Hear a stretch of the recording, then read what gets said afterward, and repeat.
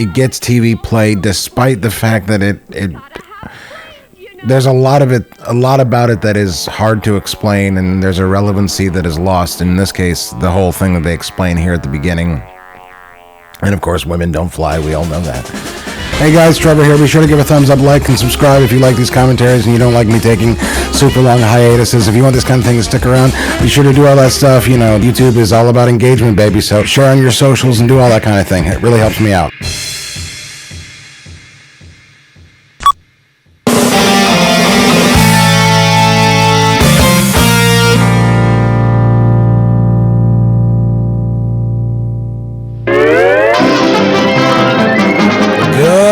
Good Saturday morning, everybody. It is I, Trevor Thompson, the self-appointed Looney Tunes Critic, here with you, trying to get the best out of my audio board, and it's just not happening. Can you hear me?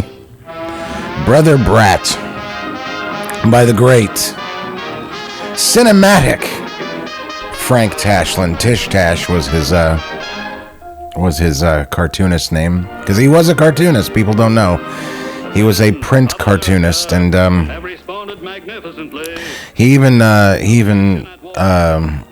spearheaded his own.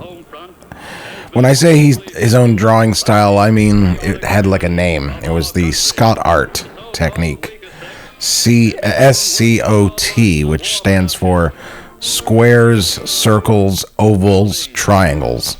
And that's basically everything that, you know, and you see it in Nasty Quacks. His art style is kind of, kind of made up of that. But he put out a book of the Scott art technique, and good luck if you can find a print of it, by the way. And here's a nice nod to the Fleischer Superman series, which was then current. It's surprising, though, how many people still know that stuff. If you want to see episodes, by the way, of Superman, we play them here every first Saturday of the month on Looney Tunes Live. Sometimes we play them, sometimes we don't. We have so many shows, you guys. Oh my gosh.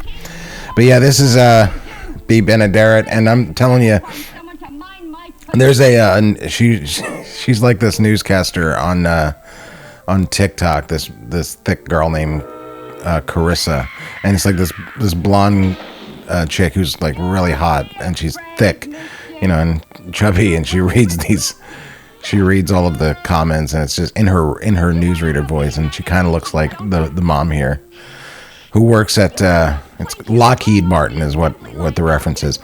Again, this is another cartoon. We did one last week. There Ought to Be a Law, and this is a cartoon much like There Ought to Be a Law that does not get get a lot of TV play, or if it does, it gets TV play despite the fact that it there's a lot about it that is hard to explain, and there's a relevancy that is lost. In this case, the whole thing that they explain here at the beginning. And of course, women don't fly. We all know that. But yeah, this is I have to say, this cartoon, I didn't think this cartoon would be I was surprised to see this one restored, actually. There's a lot of cartoons that were not always kept in the best condition, and the elements for this one. Also, there's a voice actor named Paul Regan, who I think he did the see, here's the thing, there's a voice actor on here named Paul Regan who's uncredited, but Robert C. Bruce is also the narrator, and I don't think, that's obviously not him,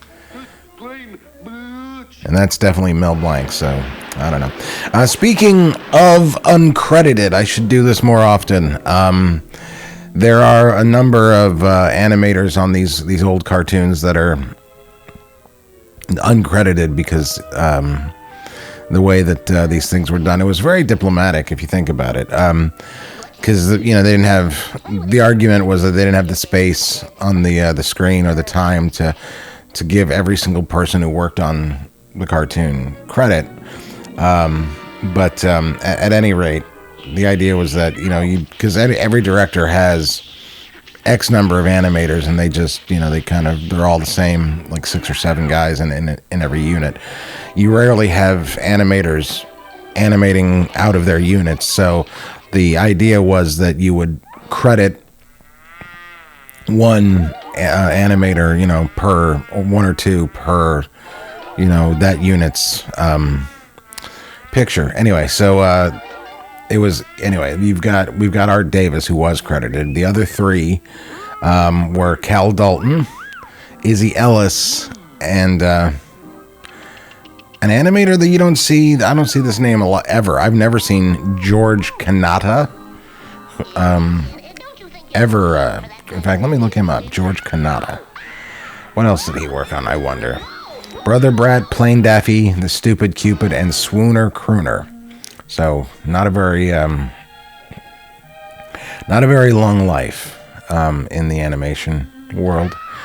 He died in 1978. So I guess that's why you don't see his name, because he only did 4 cartoons for Schlesingers, for Warner's indeed.